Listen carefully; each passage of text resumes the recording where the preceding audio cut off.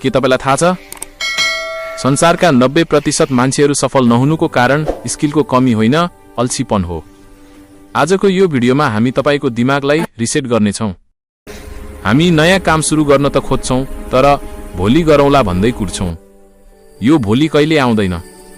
उत्कृष्ट माइन्डमा आज हामी यसलाई जित्ने फर्मुला सिक्नेछौं। मेल रोबिन्सको यो नियम प्रयोग गर्नुहोस्। जब तपाईलाई कुनै काम गर्न मन लाग्दैन तब उल्टो गन्ती गर्नुहोस् 5 4 3 2 1 अनि तुरुन्त उठ्नुहोस्। दिमागले बहाना बनाउनु भन्दा अगाडि नै तपाई एक्सनमा पुगिसक्नुहुन्छ।